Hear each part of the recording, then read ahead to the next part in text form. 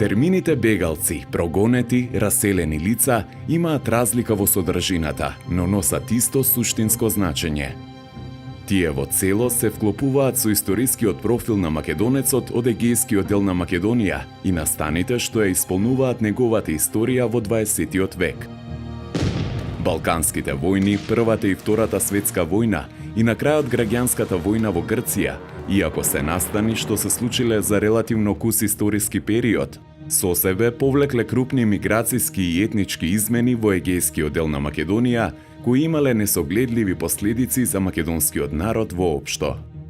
Овој дел на Македонија поминал низ огромни материјални разрушувања, човечки жртви, иселувања, денационализација, асимилација, промена на демографската карта на егејскиот дел на Македонија на штета на македонците. Реперкусиите на војните, инструментите и методите на асимилаторската политика на соседните балкански држави, придружени со бројните присилени емиграции и селувања во соседните и прекоокеанските земји, особено дошле до израз во Втората светска војна и граѓанската војна во Грција. Граѓанската војна за македонците од егејска Македонија го представуваше вистинскиот момент кога сметаа дека дојде времето конечно да ги реализираат своите долгогодишни национални стремежи, а тоа се да бидат македонци во својата родна земја, а не славофони, слободно да говорат на својот мајчин македонски јазик, без криење, слободно да ги манифестираат своите национални и културни традиции и вредности и да ги образуваат своите деца на мајчин македонски јазик. Токму и затоа во 1945 година пролета тие формираа своја сопствена македонска организација. Станува збор за организацијата Народно-ослободителен фронт. Нов бил во коалиција со Комунистичката партија на Грција и во главном својата политичка дејност во поглед на ова прашање ја координирала со Грчката комунистичка партија.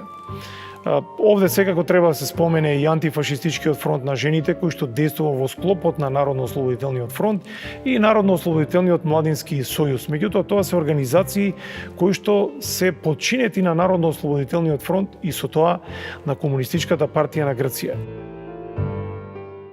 Македонците немаа многу природни сојузници во граѓанската војна. Комунистичката партија на Грција и Демократската армија на Грција има колку толку правилен став во поглед на македонското прашање, иако мора да се каже за волја на вистината дека и тие маневрираа кога беше во прашање статусот на егејскиот дел на Македонија, еднаш беа за тоа да се создаде независна македонска држава, во еден временски период само за национални права на македонците на територијата на Грција. Во текот на граѓанската војна во Грција, околу 50.000 македонци ги напуштиле своите домови и повеќе не се вратиле. Ваквото масовно емигрирање настанало како резултат на воените активности кои во најголем дел се одвивале во западниот дел на егејскиот дел на Македонија. Иако емигрирањето главно се одвивало во текот на граѓанската војна, сепак во овој процес се воочливи неколку фази на масовен одлив на население. Првата фаза го опфатила периодот од 1945 и 1946 година. Во 1945-1946 година немаме толку масовни иселувања затоа што се уште Демократската армија на Грција била во воена офанзива. Движењето се омасовувало и во голем број случаи македонците мислеле дека да ќе победи во граѓанската војна и ќе можат да си ги остварат своите права во егејскиот дел на Македонија.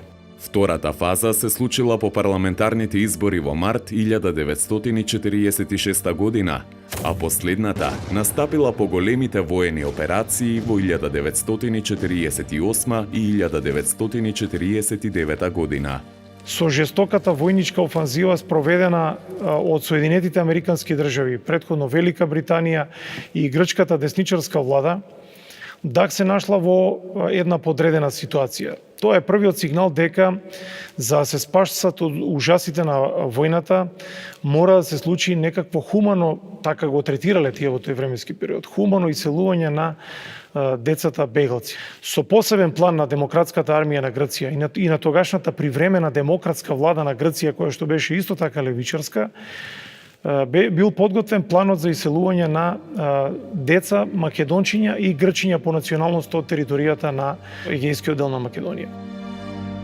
Клучна улога во подготовките на теренот одиграла организацијата АФСџ.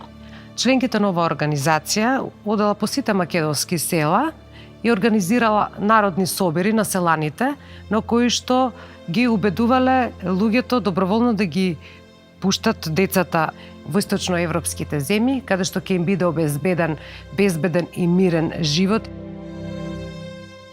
Беше кажано дека кога ќе чукне камбаната, сите да излеземе на сред село. И така беше. Таму се поздравувавме со своите најблиски што не може да дојдат, нели, малку подалеку да не испратат. Ние со браќата ги врежавме нашите дланки на надворешната врата од куќата и на трите диреци од тремот. Други деца си ги пишува имената под зидовите, да останат да го помнат. А ние девојчината бевме една група од 4 дружки, така си се викавме, зедовме и по едно камче од реката и го ставивме во торбето.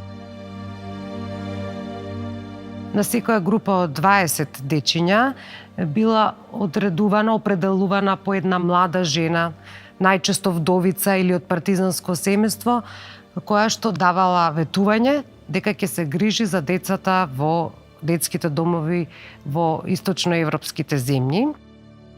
Придружнички ни беа од моето село 9 жени. Мајке ги викавме, односно омадарки, така беше познат тој збор, одговорна на една група.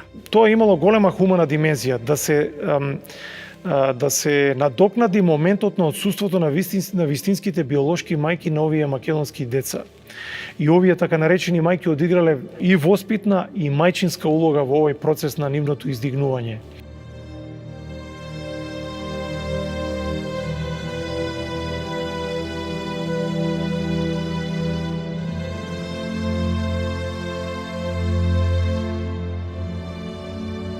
По патот патувавме ноќно време, а ноќно време да се патува е многу тешко.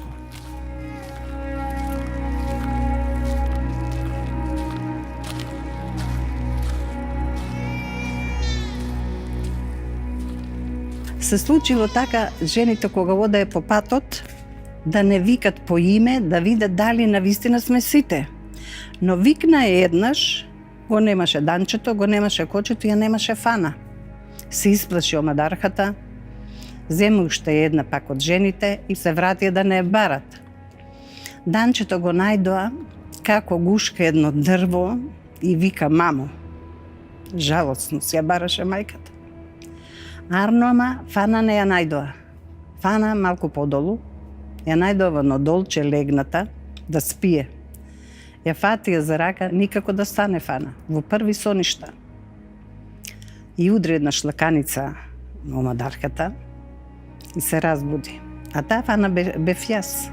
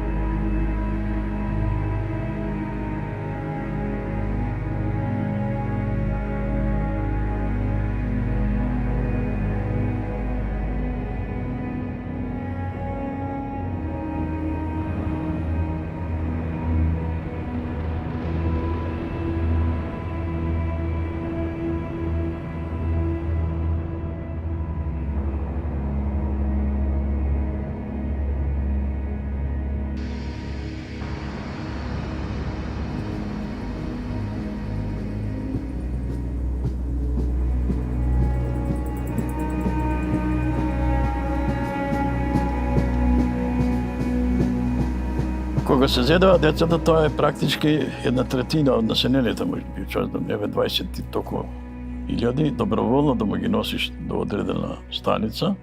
Тие на крај доживеа практички и едно најгнасно елиминирање своето име. Наводно децата не си памтат имињата. И тогаш измисли Гркот да стави бројчиња на гушата со една врпца. Само бројче имаше.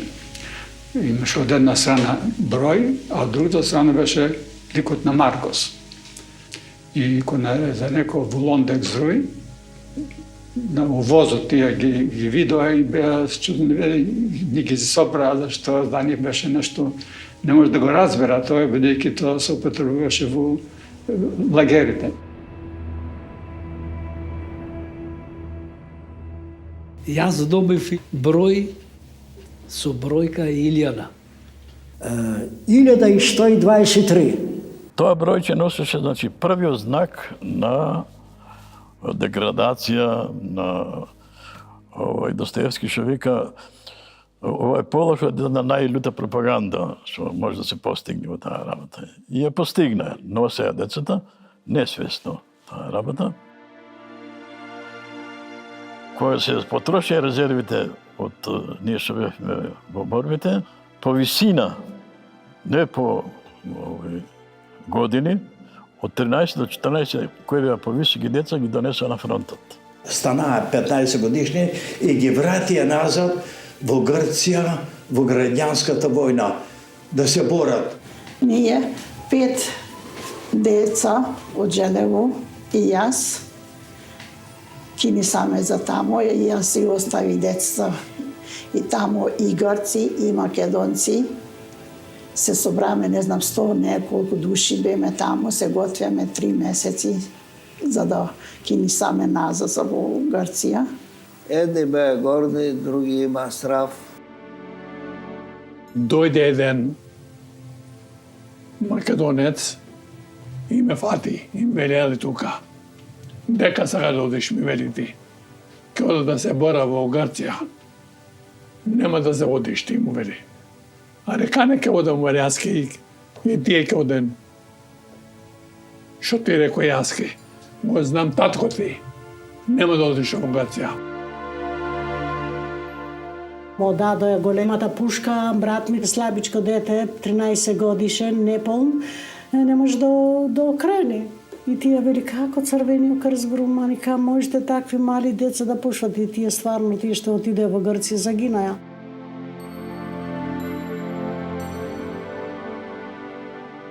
Кога ги донесоа на фронтот, тоа дете не знаеше како да се брани. Многу малку мишени останаа живи од тие деца. У последната битка кај Грамос во крајот на август и поразот на демократската армија, голем број од борците и цивилно население се повлекле на територијата на Албанија. Во Албанија за потребите на ова население бил формиран и кампот Бурели, каде што во рамките на антијугословенската кампања во почетокот на октомври биле уапсени 10 раководни кадри на организацијата НОВ, односно вкупно 11 лица, и биле обвинети како југословенски агенти. Во врска со неизвестната ситуација во периодот на двомесечниот престој во албанските затвори, Евдокија Фотева Вера, која била дел од раководниот кадар на организацијата НОВ АФЖ, се сеќава на следното. На 14 декември 1949 година, на полнок слушам се отклучува вратата и влегува чуварот со еден офицер кој ми наредува. Спремај се, што имаш, земи со тебе. Целата се претвори во ова. Кога ме извадија во ходникот, слушам се отклучуваат и други врати. За час се најдовме сите 11 другари во дворот на затворот. Двајца по двајца ни ставија лисици на рацете и со една дебела ортома не врзаа сите по 3 пати. Со очи и глава без збор се поздравивме. Не беа нашите поранешни ликови. Сметавме дека тоа е нашето последно видување. Мислевме дека ќе наносат на стрелање. Ни причини утеха што ете така изврзани еден за друг, како што заеднички се боревме, заедно ќе бидеме и на тој век.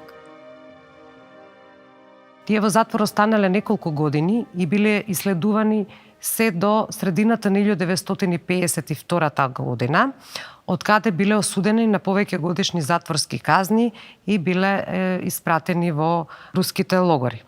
Ситуацијата се сменило по смртта на Сталин и нормализирање на југословенско-советските односи во средината на петата деценија, кога било оттргнато обвинението против Југославија како единствен виновник за граѓанската војна во Грција, а македонските раководители биле ослободени од затвор, интернирани во Казахстанската Советска република, од каде што по 1955 година, значи следните неколку години, полека се населуваат во Народна република Македонија.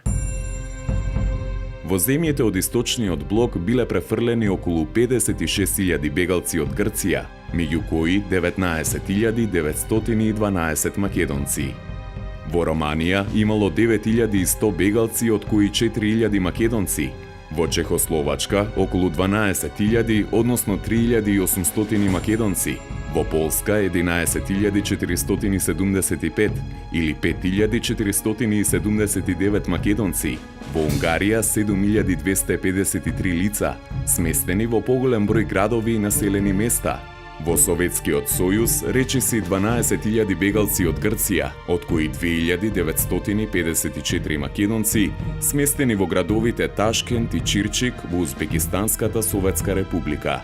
Освен тоа, според истиот извор, во детските домови на овие земји биле згрижени 17.529 деца, од кои во Романија околу 5.100, во Чехословачка близу 4.200, во Полска 3.590, во Унгарија 2.859, во Бугарија 672 и во Источна Германија нешто повеќе од 1.200 деца, од кои речиси половината биле македонски деца.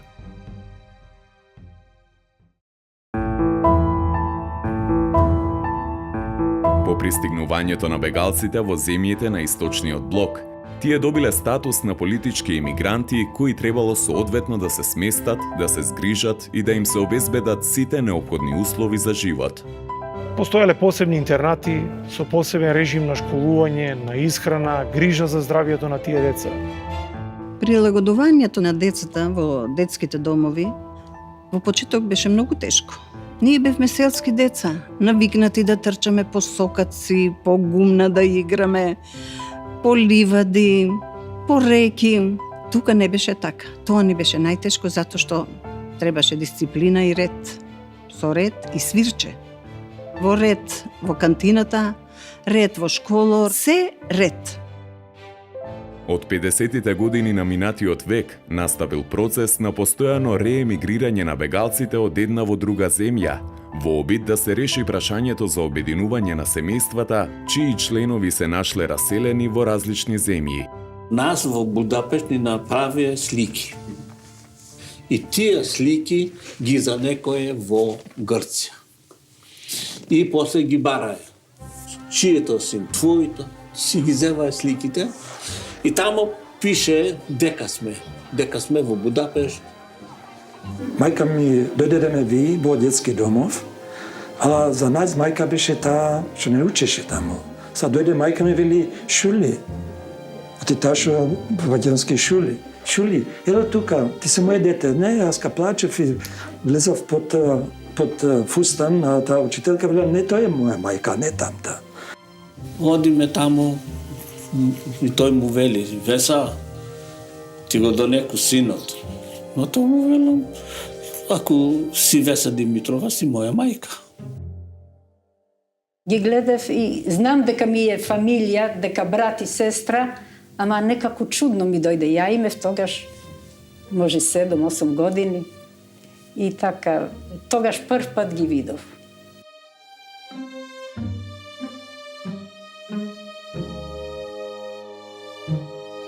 Голем дел од тие деца бегалци никогаш не ги запознале своите родители. Или по 30, 40, 50 години. Тоа е навистина една неописива голгота, ситуација ретко повторлива во современата светска историја. Во новите околности, Грчката комунистичка партија продолжила да действува однадвор, преку својот централен комитет со седиште во Букурешт и преку партиските комитети формирани во секоја земја оделно.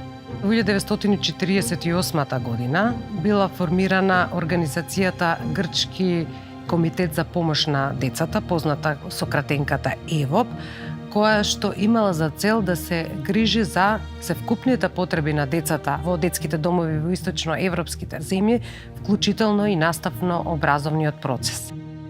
Во рамките на организацијата ЕВОП, во незиното раководство, бил делегиран и македонски представник, тоа било Андон Сикавица, кој што се грижел за сите потреби на децата во детските домови во Источна Европа. За децата на предучилишна возраст, целокупниот воспитен процес се одвивал на македонски јазик, а бил реализиран од страна на жените кои што ги придружувале од нивните родни огништа, односно од мајките. Комунистичката партија на Грција се обидувала да действува и на културен план и да поттикнува создавање на разни културни здруженија кај македонските деца бегалци, кои што имале за цел повторно да ги споменуваат настаните од граѓанската војна, исправноста на политиката на Грчката комунистичка партија во поглед на македонското прашање. Фактички за тие културни здруженија кои што биле воглавном проформални, повторно се криела една политичка игра на Комунистичката партија на Грција, која што сакала постојано да има контрола врз македонските деца бегалци во Источна Европа. И покрај тоа што действувала преку формите на КПГ, сепак македонската емиграција од егејскиот дел на Македонија продолжила да ги негува своите национални културни вредности и придобивки стекнати во текот на граѓанската војна. Во периодот до 1952 година, тоа се остварувало преку македонските организации НОВ и АФЖ, чии членки биле ангажирани да водат грижа за воспитувањето на македонските деца во детските домови и да ја представуваат врската со родните огништа и со семејствата. За културната дејност во домот водеше сметка организацијата НОМС. Младинска организација за македонските деца, а за грчките ЕПОН. Повозрастните беа организирани во овие организации, а ние помалите што бевме тогаш, македончињата, во пионерската, а грчињата ЕТОПОЛ да се викаше нивната пионерска организација. Но како резултат на антијугословенската политика на Грчката комунистичка партија, овие македонски организации биле расформирани на основачкиот конгрес на новата македонска организација Илинден, формирана во април 1952 година во Полска, која действувала во согласност со насоките давани од КПГ. Тоа е еден обид на македонските бегалци во дел од источноевропските комунистички држави да действуваат на културен план, да ги негуваат македонските национални пројави, да се обидуваат да ги афирмираат македонските корени, македонската историја, потеклото на македонците, но повторно треба да се подсетиме дека ниту Илинден, ниту дел од другите македонски организации не се создадени без дозвола на Комунистичката партија на Грција, така што не действувале независно или автономно. Сето тоа е една контролирана политика која што требало да даде очекувани резултати.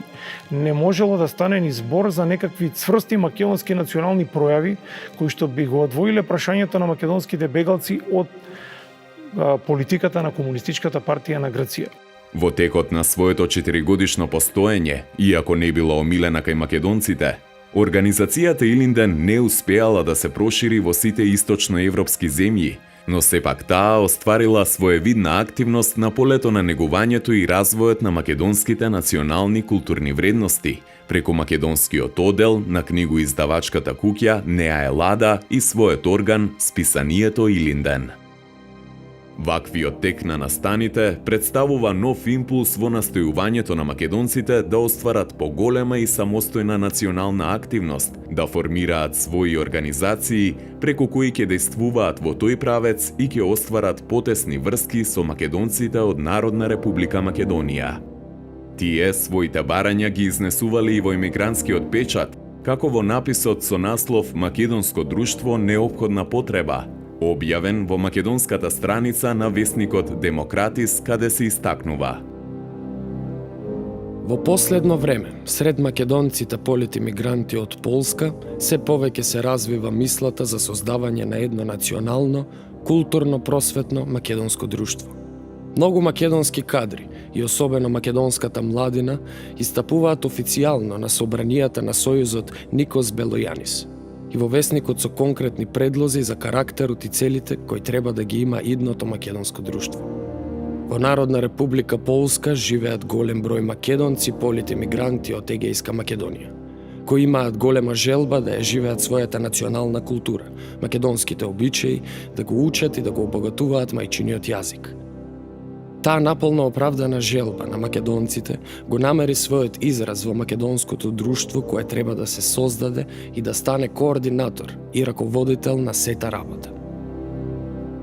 Од тие причини, македонците преминале кон формирање тајни македонски организации. Таква била организацијата Егејска Зора. Меѓутоа, оваа организација е илегална, создадена е без знаење на раководството на Комунистичката партија на Грција и таа се обидувала да действува малку поинаку. И самиот термин на името, ако се погледне Егејска Зора, малку асоцира на организација со подсврсти македонски национални корени и воглавном требало да ги оттргне македонските бегалци од рацете на балканските пропаганди. Тука особено била активна бугарската пропаганда. Оваа пропаганда се одвивала во соработка со Грчката комунистичка партија во источноевропските земји, при што се одело во домовите на луѓето и се убедувале да се преселат во Бугарија, каде што ќе им бидат обезбедени сите услови за живот. А на оваа пропаганда се спротивставила и тајната македонска организација Егејска Зора, која што дури упатила и протест до бугарската влада, во која што реагира против пропагандата за населување во Бугарија, сметајќи дека местото на македонците е Народна република Македонија. Сите обиди на македонците во Источна Европа да формираат посебни национални организации не успеале.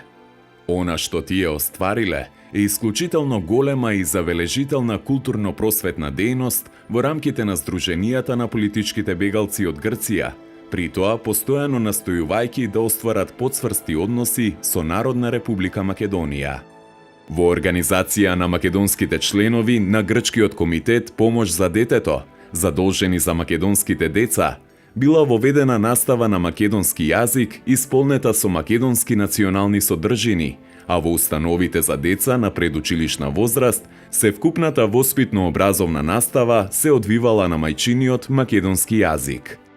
Колкаво било значењето на воведувањето настава на мајчин македонски јазик е потенцирано и од Андон Сикавица, кој во текстот со наслов «Прашањето за отворање и работа на македонското училиште», објавен во органот на организацијата Билтен во бројот 1 од август-септември 1949 година, ќе го потенцира следново.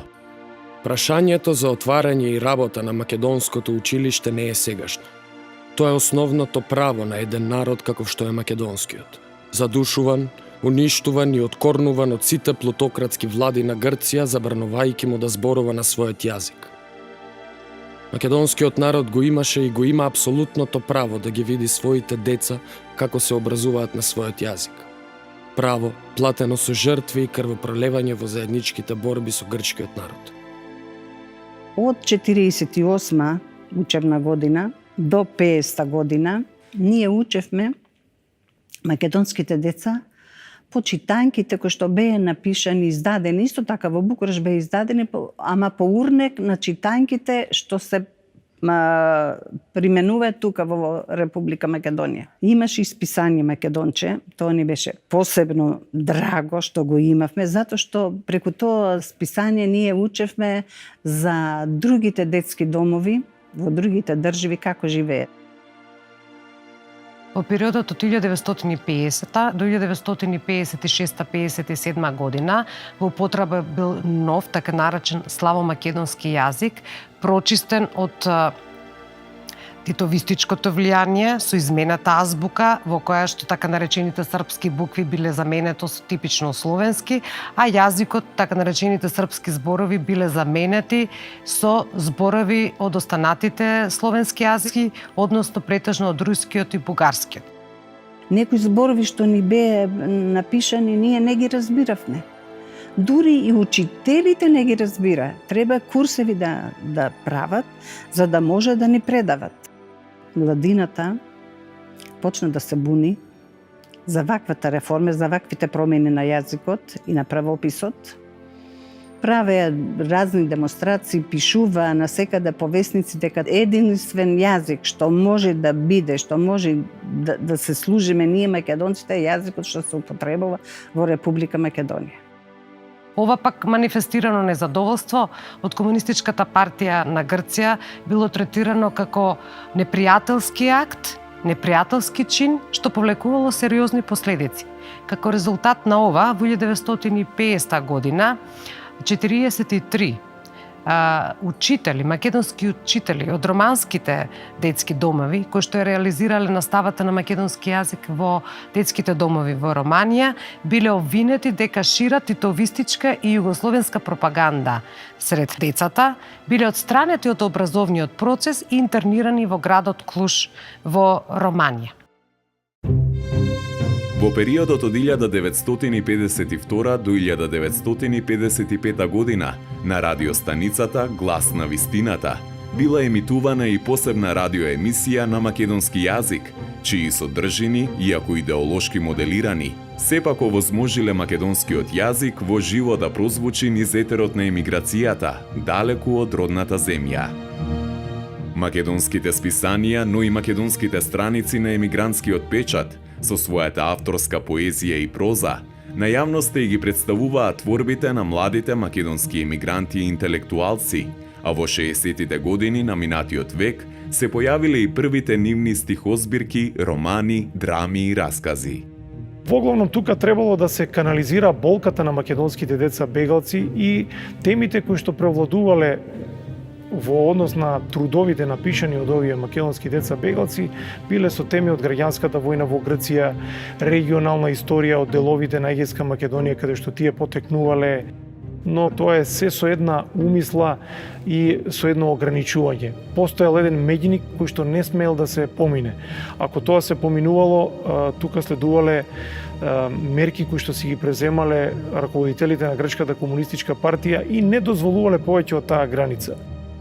Вакви литературни кружоци биле формирани во Вроцлав, Брно, Јесеник, Прага и Букурешт.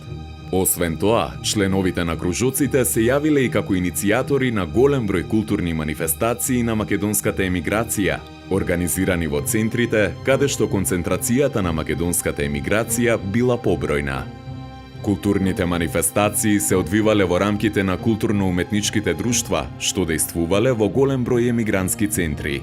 Во 60-тите години започнале да се одржуваат и посебни фестивали, така наречени патриотски средби на емиграцијата во сите земји оделно, на кои забележливо учество оствариле и македонските културно-уметнички друштва, кои презентирале хорски, драмски, играорни изведби и изведби од национално културно-историско наследство на македонскиот народ.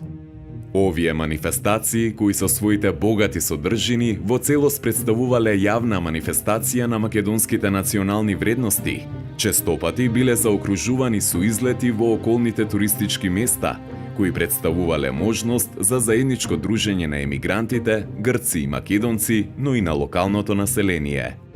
Љубовта кон татковината и стремежот за слободен национален развој ќе се манифестира и во желбата на македонските емигранти да се населат и да живеат во Народна република Македонија. Тој процес започнува негде кон средината на 50-тите години и трае некаде до, може да се каже, до втората половина на 70-тите години од минатиот век, каде што во масовен број, во неколку етапи, се доселуваат цели семејства на некогашни протерани македонци. Кога околу 4600 повратници од источноевропските земји биле населени во Република Македонија, вселувањето било дозволено само за лицата чии што семејства биле тука во Народна Република Македонија, па со цел обединување на семејствата. По 1961 година вселувањето во Југославија било веќе дозволено и за лицата и за луѓето кои што имале желба да се населат во Народна Република Македонија. Започнувајќи од 1945 година и во следните неколку децении, се одвивал еден долготраен процес на интеграција на бегалците во новото југословенско, односно македонско општество.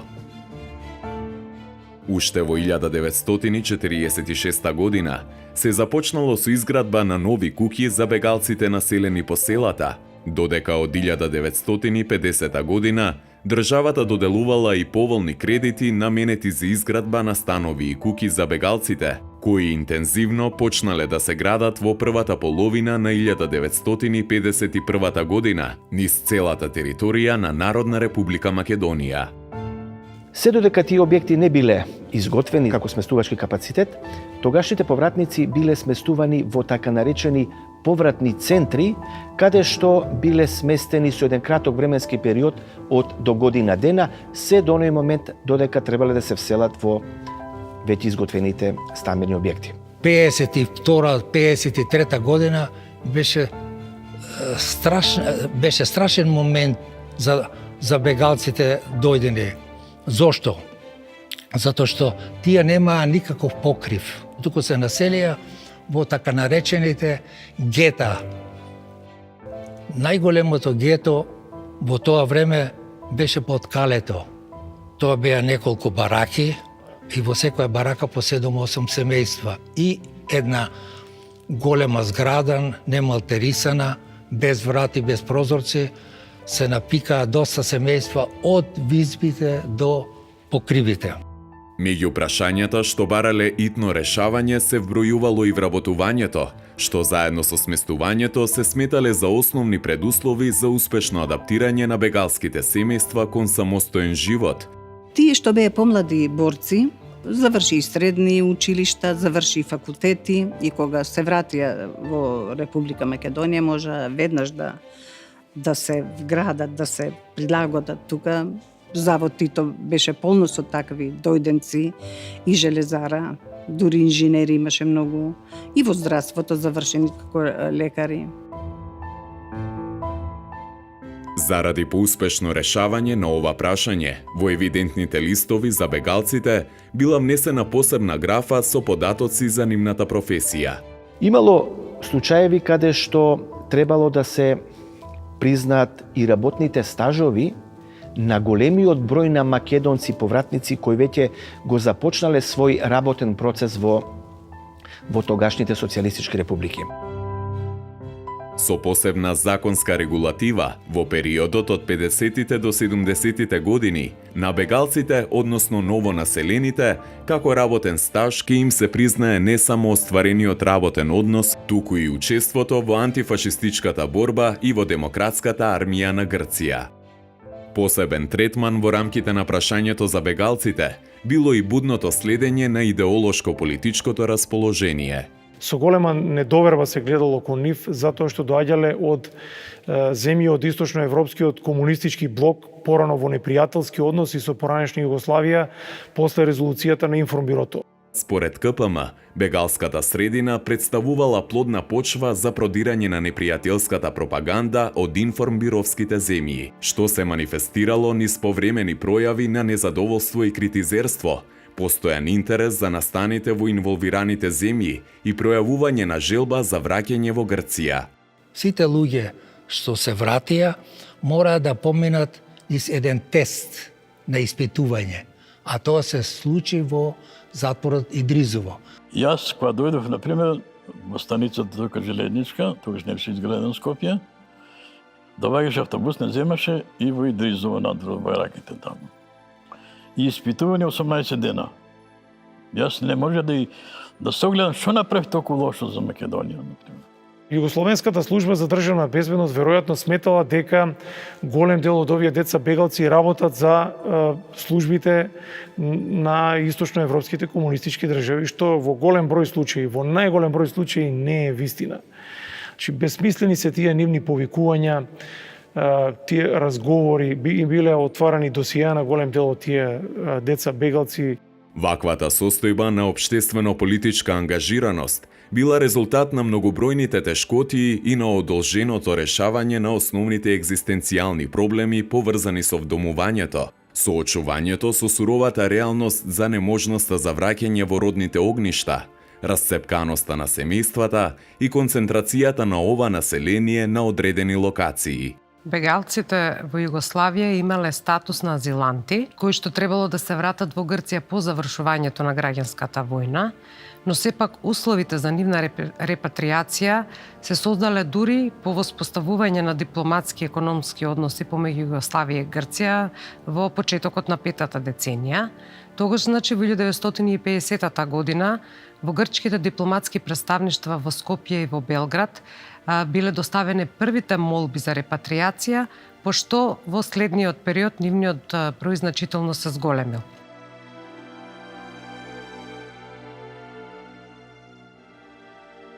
Јас знам еден човек од Костур, после толку години што се врати во Егејска Македонија, во Грција, што успеа. А и тоа со лагао, не оти, немек, кога направи Грција законот за политичките бегалци, не знам шо, тој отиде истата вечер тамо во Словенија, никаде во консулатот грцки, и тие дур да разберат оти дали е македонец, дали е вака, дали е грк, му дадоа една книга, си дојди човек кој се врати, еден тој го запозна и се бројни на прстите, 5 луѓе, 3 луѓе. Едни од тие што избегаја се врати, ама малце, многу малце број. Ко луѓе што рекоа ти грешка направиме, знаеш како тоа было, за да се вратат, инаку не можеш да се врати никој. Има многу што така и како веле Папа Јоану што се прода. Други пише во Скопје кога беше, други тука пише. И се правише и за Гарк. И денес, и тука на селото, има многу наши люди. Плаче за тоа нешто, ала се плаше многу. Се плаше за тоа. Јас не можам да разберам. Има луѓе сега 80-90 години стар човек, се плаше. Моли, што се плаше сега? Што ќе ти прави? На мене, моли, зашто не верам нешто? Јас мислам, повеќето наша е грешката. Се плашена. Ако се правиш грк, нема мака. Ако демек се направиш мајмун, не е тешко. Може да речеш, јас, знаеш, не знам македонски, не се роди македонец, немам грк сум. Мајмун демек.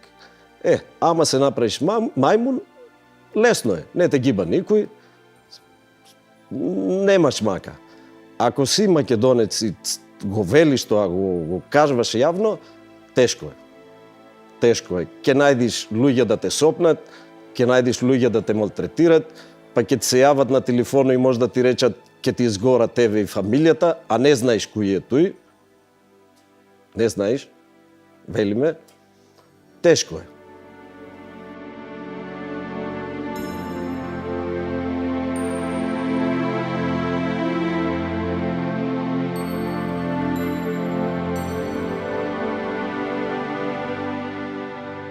Посочените околности директно влијаеле оваа категорија население да биде живо заинтересирана за она што се случува долу во Грција, во егејскиот дел на Македонија. Всушност, информбировското наследство во релациите меѓу Југославија и земјите од источниот блок ќе се провлекува и во односот на државата кон македонските бегалци во текот на целиот период на нивното вселување во Народна република Македонија. Голем дел од тие деца бегалци долг временски период имаа проблем со вадење на југословенски државјанства. До доцните 80 и 90 години имаше случаи кога тие имаа државјанства на државите од каде што доаѓаа, или имаше случаи на тие деца бегалци се уште да им стои дека имаат грчко државјанство. Дури и децата на децата бегалци имаа грчки државјанства до 15 годишна, 16 годишна возраст. Промената на тие документи средуваше дури во 90-тите години кога се вадеа македонски лични карти. Во надминувањето на оваа фаза од процесот на нивната интеграција, многу голема улога одиграле и формите на здружување на бегалците, остварени во втората половина на минатиот век. Во тие почетоци започнати се средбите од селата Герман, Вмбел, Бапчор, Желево, Сетинци и останати. Но подоцна започната една појава на помасовно здружување, некаде во 78 година се организираше една масовна егејска средба, каде што тука беа сплотени македонци од егејскиот дел на Македонија од сите краишта. Кон крајот на 80-тите години се јавуваат и нови форми на здружување, но овој пат организирани од страна на генерацијата на некогашните деца бегалци. Тие денес партиципираат во општествениот живот на Република Македонија, со повеќе своји здруженија и со светски средби, што ги организираат по повод годишнините од евакуацијата во 1948 година. Како резултат на сите тие средби, на идеја на нашите македонци со потекло од егејскиот дел на Македонија кои се во диаспората во Канада, значи на нивна идеја, доаѓа како предлог да се организира прва светска средба на македонците од егејскиот дел на Македонија во Скопје. Во подготовките на самата средба, ние како здружение бевме соочени со невидени пречки од тогашното сојузно ниво од Белград. Телеграмата која беше пристигната од тогашниот министер на сојузното ниво за надворешни работи вели да не ги расипиме односите со грците поради егејците. И оваа средба да се маргинализира, да не биде многу помпезна и да не биде многу проширена во јавноста. Ние тогаш зазедовме цврстав и рековме или ќе има средба или ќе нема средба. И така во 1988 година средбата беше организирана.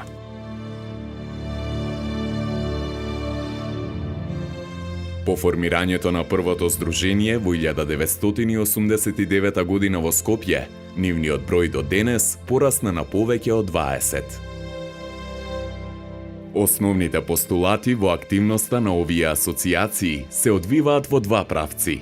Едниот е негување на љубовта и спомените за родниот крај и историјата и организирање средби, а другиот е соработка со македонските здруженија и со сите расположени за соработка меѓународни асоциации за заштита на човековите права, што всушност е легитимен и современ начин на делување, кој оди во интерес на отстранувањето на историското бреме и враќањето на достоинството на македонецот во Грција и во целиот свет.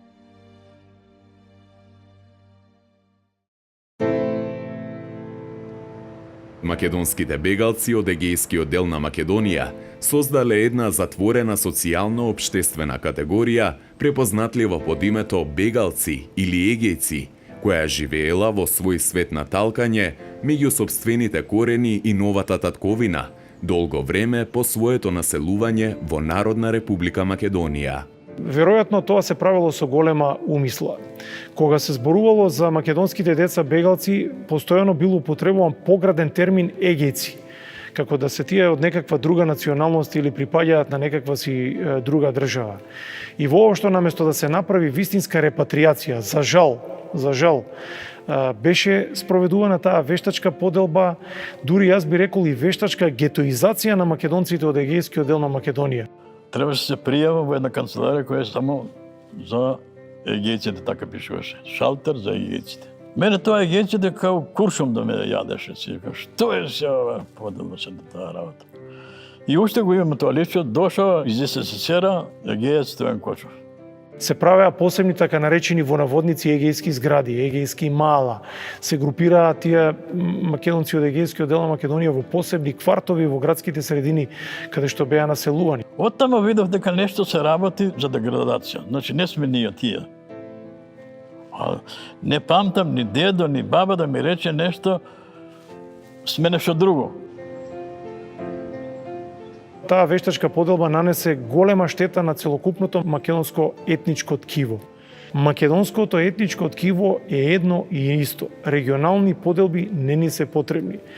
Македонците се и така многу мали по бројност на овие простори, па уште ни недостасуваат и вакви вештачки поделби. Голем дел од тие македонци, поранешни деца бегалци, станаа успешни актери, политичари, професори, доктори, се реализираа, ја сака од срце оваа држава, Република Македонија.